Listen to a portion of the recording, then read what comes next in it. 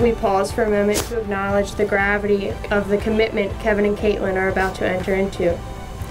As the Bible reminds us in Ecclesiastes, with loving companionship, we may overcome any obstacle. Two are better than one, because they have a good return for their labor. If either of them falls down, one can help the other up. But pity anyone who falls and has no one to help them up. Also, if two lie down together, they will keep warm. But how can one keep warm alone? While a serious commitment, the ceremony obviously brings us great joy as well. The couple that stands before us clearly shares a special bond, and I'd like to offer them a chance to express their love for each other. To that end, I would now invite the groom and bride to share their sacred vows. You're going first.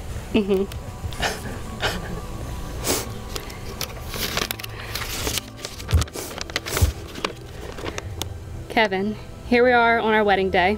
It's funny how life works. I would have never imagined that I would be marrying the 14-year-old kid who walked through my front door with a Justin Bieber haircut. You're my best friend, and I'm so happy and thankful God has placed you in my life. I love your kindness, your patience, your compassion, and your positive outlook on life. You're my rock, you're my best friend, you're my better half. You always know how to lift me up on my bad days. You bring out the best in me and make me a better person, and for that I'm forever grateful. As your wife, I vow to love you without reservation, to support you in your goals, to encourage you, and respect you in your failures. I vow to stand by you regardless of the obstacles we may face together.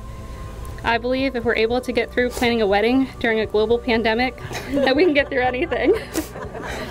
I'm ready to walk hand in hand through life. Today is our beginning, and I'm ready to start our journey. I love you so much, Kevin. Love the soon-to-be Mrs. Welline. That was good.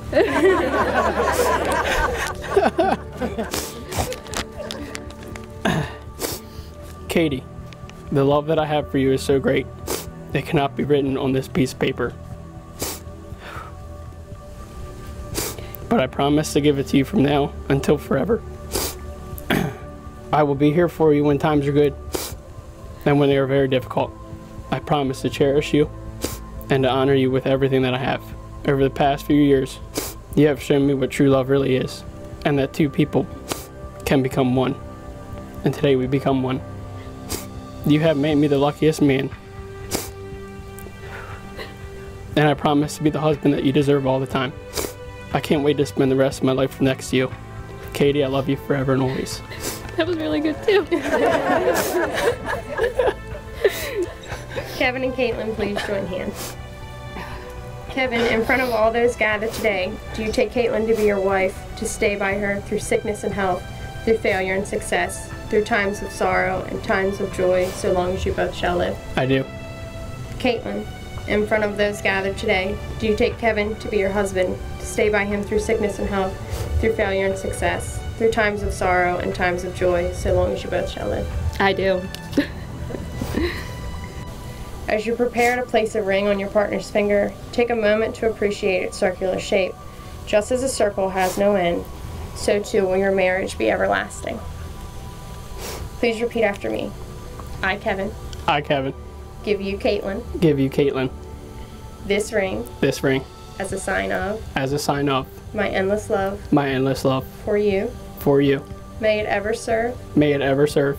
To remind us. To remind us. Of the bond we share. Of the bond we share.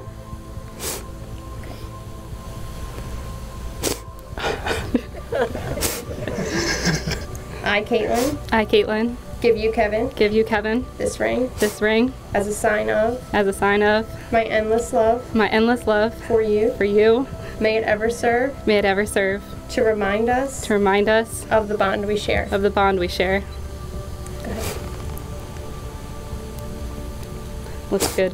Thanks. By the power vested in me by the Universal Life Church and the state of Maryland, I am happy to pronounce Kevin and Caitlin as husband and wife under the eyes of God. You may now kiss the bride.